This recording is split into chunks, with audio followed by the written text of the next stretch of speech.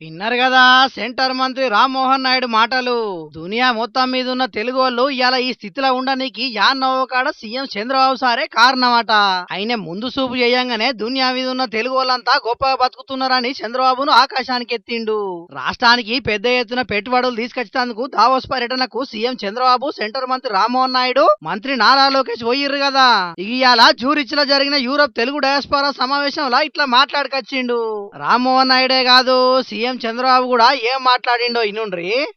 నా ఒక్క public policy ఐటీని promote చేయాలనుకున్న నిర్ణయం ఈ రోజు ప్రపంచంలో 195 దేశాల్లో తెలుగు వాళ్ళు ఉన్నారంటే అది ఆ రోజు తీసుకున్న ఒక్క నిర్ణయం. ఇలాంటి అనేక నిర్ణయాలు చేశాం. ఇనేటోళ్ళుంటే ఏ జీవో పురాణం చెప్తుందన్నట్టే ఉన్నది ముచ్చట అని సీఎం బాబు గారి మాటలు ఇన్నోళ్ళు ఎడ్డిస్తున్నారు. చంద్రబాబు మొదటిసారి ముఖ్యమంత్రి పగ్గాలు చేత బట్టి మహా అయితే 30 ఏళ్ళు అవుతున్నది. ఇక అది వరకు తెలుగు వాళ్ళు ఎవరు పొరుగు దేశాలకు పోనట్టు, అది వరకు అక్కడ ఎవరు ఆస్తులు సంపాదించుకోనట్టు, వేరే దేశాలకు సీఎం చంద్రబాబే దగ్గరుండి వాళ్ళని పంపించినట్టు ఈ బిల్డప్లు కొట్టుడేందోనని మస్తు ఎడ్డిస్తున్నారు ప్రతిపక్షపోళ్ళు.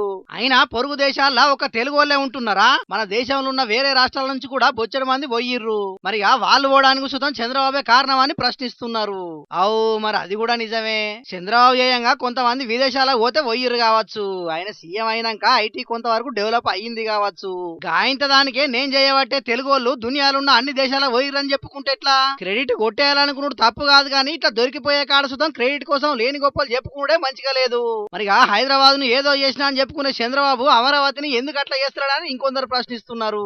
చూడాలి మరి రాబోయే రోజుల్లో అమరావతి మరో హైదరాబాద్ లెక్క మారుతుందో లేకుంటే అంతకంటే ఎక్కువ డెవలప్ అవుతుందో ఏం కథనో.